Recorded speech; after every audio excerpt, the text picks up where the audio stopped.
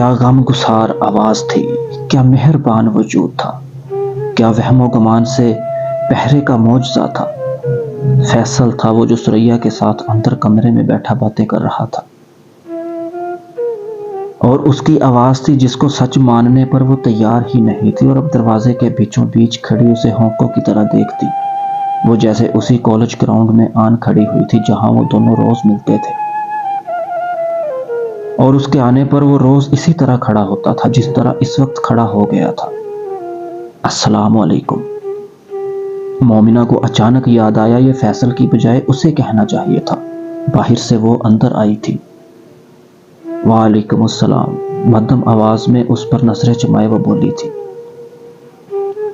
میں نے کہا تھا نا مومنہ تمہیں دیکھ کر خوش ہو جائے گی۔ بیٹا بیٹھو ذرا، میں فیصل کے لیے چائے لے آؤں۔ ثریا نے اس کا چہرہ دیکھا، پھر فیصل کا، اور پھر وہ اس سین میں سے نکل گئی تھی سٹیج کی ایک سمجھدار اداکارہ کی طرح۔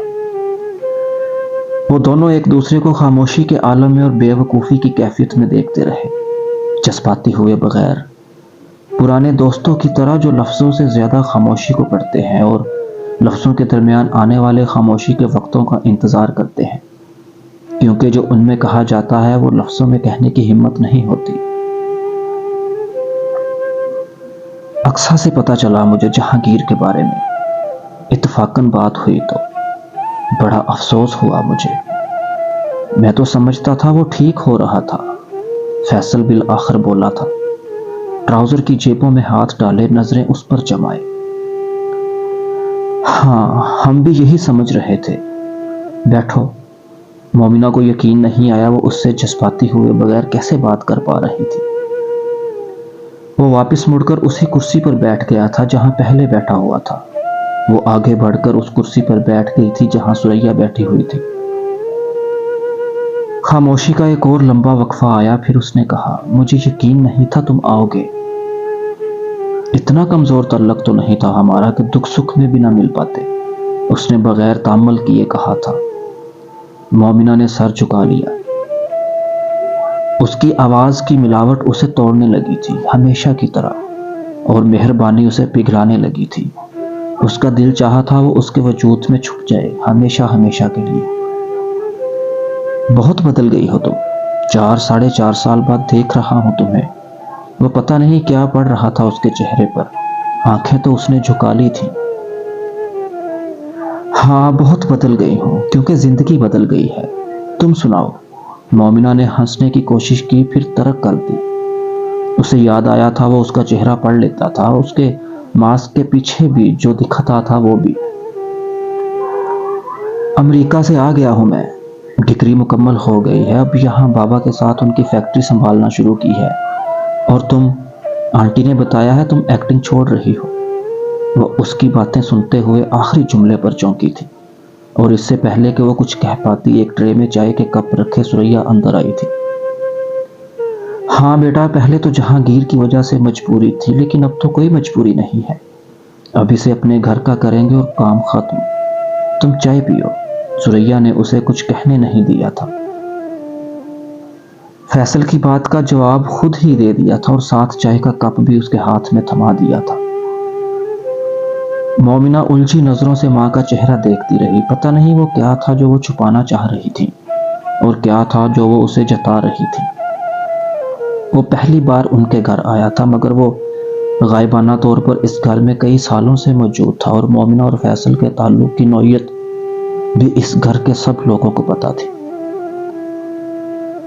وہ چائے پیتے ہوئے فیصل کا چہرہ دیکھتی رہی، وہ یوں جیسے ثریا باتوں میں مشغول تھا، جیسے ہمیشہ ان سے ملتا رہا ہو۔ وہ اسے جہانگیر کے قصے سنا رہی تھی، اور وہ بڑی توجہ سے سن رہا تھا۔ مومنہ سلطان اس کا چہرہ دیکھتے ہوئے اس سے وہ سوال کرنا چاہتی تھی جو کرنے کی ہمت نہیں تھی۔ اس کی منگنی ہو چکی تھی، اور وہ اس سے اس کی منگیتر کا حال پوچھنا چاہتی تھی۔ میں اب چلتا ہوں، کافی دیر ہو گئی ہے، فیصل نے یکدم اپنی واچ دیکھتے ہوئے جیسے چونک کر کہا تھا۔ بیٹا دوبارہ ضرور آنا، ثریا نے کھڑے ہوتے ہوئے اس سے کہا۔ دوبارہ آؤں گا، اور جلدی آؤں گا، اس نے ثریا کے اصرار کا جواب مومنہ کو دیکھتے ہوئے دیا۔ مومنہ مسکرا دی۔ اسے اب انتظار کرنے کی عادت ہی نہیں رہی تھی، اور وہ یہ عادت دوبارہ سیکھنا بھی نہیں چاہتی تھی۔ نہ انتظار، نہ خوش، نہ فہم امیدیں، نہ جھوٹے خواب۔ وہ ان سب میں سے کسی کا بوجھ اٹھانے میں دلچسپی نہیں رکھتی تھی۔ آپ نے اسے کیوں کہا کہ میں ایکٹنگ چھوڑ رہی ہوں؟ فیصل کے گھر سے نکلتے ہی اس نے دروازہ بند کر کے ثریا سے پوچھا تھا۔ اس کا جھوٹ جیسے اس کے ذہن میں اٹکا ہوا تھا۔ تمہارا دل تو کبھی نہیں تھا ایکٹنگ میں، ہمیشہ تو کہتی تھی کہ نہیں کرنا چاہتی یہ کام، اور اب تو جہانگیر بھی نہیں ہے تو مجبوری بھی نہیں ہے۔ ثریا نے ایسے عجیب سے انداز میں اپنے جھوٹ کی توجیہ دی تھی کہ وہ ان کا چہرہ دیکھ کر رہ گئی تھی۔ اماں، قرضہ ہے ہمارے سر پر اور مجھے کوئی اور کام نہیں آتا۔ اس نے جیسے ماں کو یاد دلایا۔ وہ اس کے پیچھے چلتی ہوئی برآمدے میں آئی تھی اور ثریا کمرے میں داخل ہونے سے پہلے یکدم پلٹی تھی۔ شاید فیصل رشتہ لے آئے۔ ثریا کے لہجے کی آس مومنہ کو کانچ کی طرح چبھی۔ اماں، وہ اس آس کو توڑنے کے لیے کچھ کہنا چاہتی تھی، مگر ثریا نے اس سے پہلے ہی کہا، میں نے بات کی ہے اس سے۔ مومنہ دنگ رہ گئی۔ آپ نے کیا بات کی ہے اس سے؟ وہ کیا سمجھ رہا ہوگا؟ اماں، اس کی منگنی ہو چکی ہے۔ بہت سی کیفیات سے وہ بیک وقت گزر رہی تھی، شرم، افسوس، خفگی اور اپنا دیر سے گھر پہنچنے کا پچھتاوا۔ وقت پر آتی تو ثریا کے فیصل کے ساتھ یہ سوال و جواب روک لیتی۔ منگنی ٹوٹ گئی ہے اس کی۔ لڑکی امریکہ سے پاکستان سیٹل ہونا نہیں چاہتی، اس نے بتایا ہے مجھے۔ ماں کو تو تب بھی بھیجا تھا اس نے، لیکن ہم خود غرض بن گئے تھے جہانگیر کی وجہ سے، ورنہ تم اپنے گھر کی ہوتی۔ ثریا کو چند سال پہلے فیصل کی ماں کا گھر آنا یاد آیا تھا۔ ہاں، لایا تھا ماں کو، لیکن انہوں نے ہمارے خاندان کے بارے میں جان کر انکار کر دیا تھا۔ میرے اور اس کے درمیان جہانگیر اور آپ کی خود غرضی نہیں آئی تھی اماں، نصیب آیا تھا۔ مومنہ کو 6 سال پہلے فیصل کی ماں کا ان کے گھر آنا یاد آیا۔ تب وہ اسی محلے کے ایک دوسرے گھر میں رہتے تھے، لیکن اس سے بہتر گھر میں، اور تب فیصل صرف اپنی ماں کو دروازے پر چھوڑ کر چلا گیا تھا، اندر نہیں آیا تھا۔ اور اس کی ماں نے 1 گھنٹے میں صرف مومنہ ہی نہیں، ثریا اور سلطان کے خاندان کی جڑیں تک کھنگال لی تھیں۔ وہ بہت اچھی، ملنسار، خوش گفتار اور خوش اخلاق خاتون تھی، مگر خاندانی تھی اور خاندانی ہونے کو ہی اہمیت دیتی تھی۔ وہ اچھی طرح سے ان سے مل کر گئی تھی، اور ان کے جانے کے بعد ثریا اور سلطان کو بیک وقت فکر لاحق ہوئی تھی کہ وہ یہ رشتہ اگر ہو گیا تو پھر جہانگیر کے علاج کا کیا ہوگا۔ اور انہوں نے مومنہ کو یہ بتا بھی دیا تھا کہ جہانگیر کو اس حالت میں چھوڑ کر وہ اپنا گھر بسانے کا سوچے گی تو یہ خود غرضی ہوگی۔ مومنہ انہیں یہ نہیں کہہ سکی کہ پرپوزل بھیجنا فیصل کی خواہش تھی، اس کی نہیں۔ وہ اسے جہانگیر یاد نہ بھی دلائے تو بھی اسے یاد تھا۔ وہ اسے چھوڑ کر اپنی زندگی کا مر کے بھی نہیں سوچتی، مگر فیصل کی والدہ کے اس وزٹ نے جیسے سب کچھ خود ہی آسان کر دیا تھا۔ فیصل نے ہچکاتے ہوئے اسے اپنی ماں کے اعتراضات بتائے تھے، اور مومنہ نے اس کی بات کاٹ کر بڑی ہمت سے اسے اپنے ماں باپ کا انکار سنا دیا تھا۔ محبت کا پردہ رکھنے سے زیادہ اس پر پردہ ڈالنا ضروری تھا، اور وہ اس نے ڈال دیا تھا۔ دونوں اس کے بعد کبھی نہیں ملے تھے، اور آج اتنے سالوں بعد ملے تھے تو ثریا جیسے اس کہانی کو وہیں سے شروع کرنا چاہتی تھی، اور مومنہ ماں کو بتانا چاہتی تھی کہ زندگی میں فلیش بیک آ بھی جائے تو کہانی وہیں سے شروع نہیں ہوتی جہاں فلم میں چھوڑی جاتی ہے۔ زندگی میں وقت ہوتا ہے جس کو کوئی ڈائریکٹر باندھ نہیں سکتا۔ نصیب کا کیا ہے مومنہ، وہ تو بدلا جا سکتا ہے، ثریا نے اس سے آہ بھر کے کہا تھا۔ اس نے فلم میں یہ لائن بولی ہوتی تو سینما میں کلیپ ملتی اسے، مومنہ نے اعتراف کیا دل میں۔ میں نے بات کی ہے اس سے، تم بھی بات کرو اس سے، ثریا نے اس سے کہا تھا۔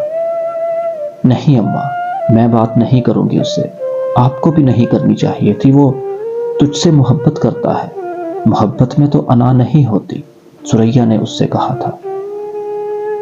محبت میں انا نہیں ہوتی لیکن خودداری ہوتی ہے، میرے اور اس کے درمیان 7 سمندر ہیں، میں وہ سوہنی ہوں جس کا گھڑا کچا نہیں ٹوٹا ہوا ہے، وہ مہیوال ہے جو مجھے بچانے کے لیے خود کو نہیں ڈبوئے گا۔ ہمارا پیار بس اتنا ہی ہے، داستان کبھی نہیں بنے گا، مومنہ سلطان نے ثریا سے کہا تھا، اور پھر آنکھیں چراتی دوسرے کمرے میں چلی گئی تھی۔ ثریا کے سامنے روتی تو وہ پھر جھوٹی آس دلاتی، اور مومنہ کو اب پیار کی آس بھی نہیں رکھنی تھی، بس اپنی زندگی کا کچھ کرنا تھا۔ تمہیں یقین ہے نا وہ مجھے لیڈ میں کاسٹ کرنے والا ہے؟ مومن کے اسٹوڈیو میں ہونے والی پریس کانفرنس میں شرکت سے چند منٹ پہلے اپنی گاڑی سے اتر کر اسٹوڈیو کے ہال کی طرف جاتے ہوئے زوفی نے نیہا سے پوچھا تھا۔ وہ جیسے کسی عجیب سے خدشے کا شکار ہو گیا تھا۔ 100% یقین ہے، نیہا نے اپنے ایوننگ گاؤن پر نمایاں ہونے والی ایک سلوٹ کو جیسے ہاتھ سے سیدھا کیا۔ وہ دونوں چلتے ہوئے ہال کے دروازے تک آئے تھے، جہاں کھڑے ایک ملازم نے بڑی مستعدی سے دروازہ کھولا تھا۔ ہال میں موجود تمام نشستیں تقریباً بھر چکی تھیں۔ میڈیا سے تعلق رکھنے والے لوگ اور اس ایونٹ کو کور کرنے والے میڈیا ٹیمز اپنے اپنے کیمرہ مینوں اور فوٹوگرافرز کے ساتھ اندر ٹولیوں میں کھڑی تھیں، اور جرنلسٹ وہاں نظر آنے والے سٹارز سے گپ شپ میں مصروف تھے۔ وہ تقریباً 100 لوگوں کا اجتماع تھا، اور قلب مومن فی الحال وہاں موجود نہیں تھا۔ ہال کے ایک سرے پر ایک کم اونچائی کے سٹیج پر ایک لمبا کاؤنٹر اور اس کے پیچھے 10-12 کرسیاں تھیں جو اس وقت خالی تھی، اور اس کاؤنٹر نما میز پر رکھے کچھ مائکس کو چند ٹیکنیشین سیٹ کرنے میں مصروف تھے۔ نیہا بے حد انداز اور ادا سے زوفی کے ساتھ اندر داخل ہوئی تھی، اور اندر داخل ہوتے ہی ٹینا اور داؤد نے اسے دیکھ لیا تھا، جو بیک وقت ان دونوں کی طرف لپکے تھے، اور ان کے اس انداز پر نیہا کے ہونٹوں پر مسکراہٹ آئی، اور اس نے جتانے والے انداز میں زوفی کے کانوں میں سرگوشی کی۔ دیکھ لو۔ زوفی کا چہرہ بھی چمک اٹھا تھا، وہ چند ہی لمحوں میں اس تقریب کا دلہا بننے والا تھا۔ اس نے اپنے خون کو جیسے پارا بنتے محسوس کیا تھا۔ آپ لوگوں کی فرنٹ سیٹس ہیں، ہم انتظار کر رہے تھے آپ دونوں کا، ٹینا نے پاس آتے ہی رسمی ہیلو ہائی کے بعد نیہا سے کہا تھا، اور پھر وہ دونوں ان دونوں کو ساتھ لیتے ہوئے فرنٹ سیٹ کی طرف لے جانے لگے تھے۔ اور بالکل اسی وقت نیہا نے ہال کے ایک کونے میں کھڑی صوفیہ درانی کو دیکھا، اور اسے جیسے کرنٹ لگا تھا۔ وہ سگریٹ پیتے ہوئے ایک جرنلسٹ کے ساتھ گپ شپ کر رہی تھی۔ نیہا نے ہال میں نظر دوڑائی، اسے قلب مومن نظر نہیں آیا۔ مومن کہاں ہے؟ اپنی سیٹ پر بیٹھے ہوئے اس نے ٹینا سے پوچھا۔ وہ بس آنے والے ہیں، برانڈز کے کچھ لوگوں کے ساتھ اندر آفس میں ہیں۔ ٹینا اور داؤد ان دونوں کو بٹھا کر سیکنڈز میں غائب ہوئے تھے۔ تمہارا موڈ کیوں آف ہو گیا ہے؟ زوفی نے نیہا کے چہرے کے بدلتے ہوئے تاثرات کو دیکھ لیا تھا۔ اس نے صوفیہ درانی کو کیوں بلا رکھا ہے یہاں؟ نیہا مدھم آواز میں کاٹ کھانے والے انداز میں بولی تھی۔ زوفی نے چونک کر اس طرف دیکھا جہاں وہ دیکھ رہی تھی۔ وہ صوفیہ کے لیے اس کی ناپسندیدگی سے واقف تھا۔ کر لیا ہوگا انوائٹ دوسروں کے ساتھ، زوفی نے کسی خاص تاثر کے بغیر کہا تھا۔ اس کو پتا ہے مجھے زہر لگتی ہے، وہ پھر بھی انوائٹ کر لیا اسے۔ نیہا کی خفگی عروج پر تھی، اور وہ اب متلاشی نظروں سے مومن کو ڈھونڈ رہی تھی، اور زوفی بار بار اس کوٹ کو ٹھیک کرنے میں مصروف تھا جسے پہن کر وہ آیا ہوا تھا۔ وہ نروس تھا، ایکسائٹڈ ہونے کے ساتھ اس کے انداز میں وہ نروسنس جھلک رہی تھی۔ اس کی توجہ اس وقت برابر بیٹھی نیہا کے گلے شکووں پر نہیں تھی۔ بعد میں برا بلا کہہ لینا یار اسے، ابھی تو انجوائے کرو ایونٹ کو۔ زوفی نے اس کے کان میں سرگوشی کی، اور تبھی ان دونوں نے ہال کے عقب میں یکدم سرگوشیوں کا ایک طوفان سا امڑتا دیکھا۔ قلب مومن اب اندر داخل ہو رہا تھا، اور اس کی آمد کے ساتھ ہی ہر طرف سے کیمروں کے فلیشز چمکنے لگے تھے۔ وہ چلتا ہوا ہال کے اگلے حصے میں فرنٹ سیٹس کے سامنے سے گزرنے لگا، اور گزرتے ہوئے اس نے نیہا اور زوفی کو دیکھا، اور بالکل ان کے سامنے آ کر مسکراتے ہوئے رکا۔ وہ دونوں کھڑے ہو کر اس سے ملے تھے۔ نیہا نے اسے گلے لگتے ہوئے اس کے کان میں سرگوشی کی۔ Thank you and congratulations. Momin نے بھی سرگوشی کی۔ Player is always mine. اس سے الگ ہوتے ہوئے وہ زوفی سے ملا اور اس سے کہا، you are star of today's show. Zofi کا چہرہ چمک اٹھا، اور کیمروں کے کچھ شٹر اس پر فوکس کیے ہوئے تھے۔ مومن دونوں سے ہاتھ ملاتا ہوا اوپر سٹیج پر چلا گیا تھا اور وہاں جا کر اس نے اپنی سیٹ سنبھال لی اور اس کے سیٹ سنبھالتے ہی سب نے اپنی سیٹیں سنبھال لی تھی۔ آپ سب کا آج یہاں آنے کے لیے بہت شکریہ، اس نے مائک سنبھالتے ہی کہنا شروع کیا۔ سنم میری چوتھی فلم ہے جسے میں اگلے 2 مہینوں میں شوٹ پر لے جاؤں گا۔ اپنی پچھلی فلمز کی طرح اس بار بھی میں نے صرف ایک چینج کیا ہے پچھلی فلم کی کاسٹ میں، وہ کہتے ہوئے رکا اور اس نے فرنٹ سیٹ پر بیٹھی ہوئی نیہا اور زوفی کو دیکھا جن کے دلوں کی دھڑکن بے اختیار تیز ہوئی تھی۔ زوفی نے اپنا کوٹ ایک آخری بار ٹھیک کیا۔ عقبی نشستوں میں سے کسی جرنلسٹ نے کہا تھا، ہمیشہ کی طرح ہیروئن بدلیں گے اس بار بھی؟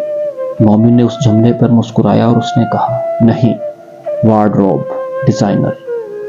اس بار میری فلم کی وارڈروب صوفیہ دورانی کریں گی اور کاسٹ میں کوئی تبدیلی نہیں ہوگی۔ میں اب کاسٹ کو سٹیج پر بلا رہا ہوں۔ نیہا اور زوفی نے بے یقینی سے ایک دوسرے کو دیکھا تھا۔ وہ ویسے وہاں بیٹھے بیٹھے برف بنے تھے۔ وہ کمرہ اب تالیوں سے گونج رہا تھا اور سٹیج کے پیچھے ساری باری باری فلم کی کاسٹ آ کر سٹیج پر رکھی کرسیوں پر بیٹھ رہی تھی۔ نیہا نے مومن کو دیکھا۔ وہ اس کی طرف متوجہ نہیں تھا، یوں جیسے وہ اس کے لیے کوئی وجود ہی نہیں رکھتی تھی۔ وہ قلب مومن تھا، معاف نہیں کرتا تھا لیکن بھول جاتا تھا۔ وہ اسے بھول گیا تھا۔ تمہارا صاحب گھر پر ہے؟ بیل بجنے پر شکور نے دروازہ کھولا تھا اور نیہا نے بڑی بدتمیزی سے اس سے پوچھا تھا۔ شکور اس کے انداز پر جیسے دھچکا کھا کر پیچھے ہٹا۔ مومن بھائی کا پوچھ رہی ہیں؟ شکور کو ایک لمحے کے لیے لگا وہ دادا کا پوچھ رہی تھی، کیونکہ مومن کو صاحب کہتے تو اس نے کبھی نہیں سنا تھا۔ اور کس کا پوچھوں گی؟ وہ کچھ اور بگڑی تھی۔ جی وہ تو ہیں، شکور نے بے ساختہ کہا اور دروازے سے ہٹ گیا۔ نیہا بجلی کی طرح اندر گئی تھی۔ شکور کو بے اختیار گھدگھدی ہوئی۔ وہ اس گھر میں اسی چیز کو مس کر رہا تھا جو اب ہونے جا رہی تھی، لڑائی۔ مومن لاؤنج میں ٹہلتے ہوئے فون پر کسی سے ہنستے ہوئے بات کر رہا تھا جب اس نے نیہا کو اس انداز میں اندر آتے دیکھا تھا۔ میں تمہیں 10 منٹ تک کال کرتا ہوں، اس نے فون پر اپنے مخاطب سے کہا اور پھر دوسری طرف کی بات سننے کے بعد کہا، نہیں 10 منٹ ہی لگیں گے، ایک مہمان ہے، 10 منٹ میں چلا جائے گا، اوکے بائے۔ اس نے فون پر کسی دوسرے سے بات کرتے ہوئے بھی نیہا کو جیسے اس کی اوقات جتائی تھی۔ تم اپنے آپ کو سمجھتے کیا ہو؟ اس کے فون بند کرتے ہی وہ اس پر دھاڑی تھی۔ وہ جواباً ٹیز کرنے والے انداز میں مسکرایا تھا۔ مومن، کیا بگاڑ لیا تم نے مجھے فلم کے کریو سے نکال کر میرا؟ مجھے فرق نہیں پڑا، اس نے مومن کی مسکراہٹ کو نظر انداز کرتے ہوئے کہا تھا۔ پھر تو بہت اچھا ہے، اس کا مطلب ہے ہماری دوستی اسی طرح قائم رہے گی۔ مومن نے جیسے اسے اور تپایا تھا۔ تم زوفی سے جیلس ہوئے ہو، تم سے برداشت نہیں ہوا کہ میں اس کے اتنا قریب ہوں، اس کے لیے یہ سب کہہ رہی ہوں۔ تم بے حد انسیکیور اور مین انسان ہو۔ وہ اب الزام تراشی پر اتر آئی تھی۔ کچھ اور؟ مومن اسی طرح برف بنا ہوا تھا۔